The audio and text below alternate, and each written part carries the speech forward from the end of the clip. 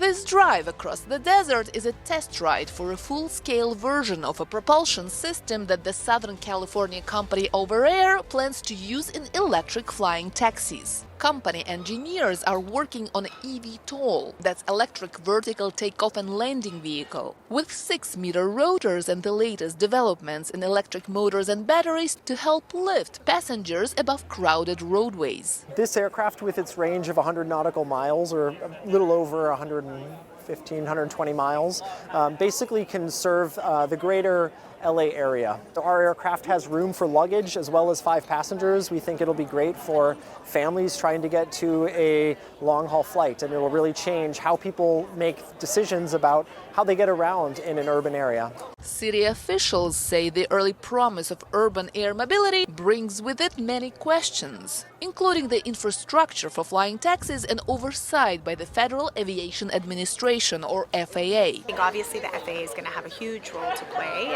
and they are the ones that are actually thinking about and considering possibly providing some sort of permits for this process as early as 2025. And then at the local level, we really get into, land use powers around where things can take off and land.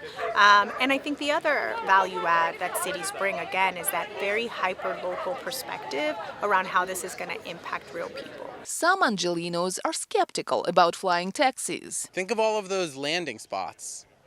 That seems like chaos waiting to happen. It's like, so now you need like entire zones where people are taking off and landing from that are allowed. It's like you can't just land anywhere. It's like, it seems like you're just going to crash all the time. The German company Volocopter was the first to lift a person in the air in 2011 using solely electric power. Today, the firm's Volocity is a 2-seater electric aircraft with 18 rotors. When we have flown in Singapore, in the city center, I hoped that a lot of people, there are a lot of tourists, will applaud and look to the Volocopter and look at it. They did not.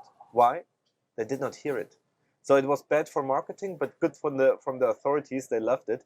So it's very silent, and you will not see it. Even it will be a small dot in the sky. Volocopter flew its Volocity over Paris in November, with plans for short commercial flights by the 2024 Paris Olympics. Los Angeles officials are working to have air taxis operational by the Olympics here in 2028. Genia Dulo for VOA News, Los Angeles.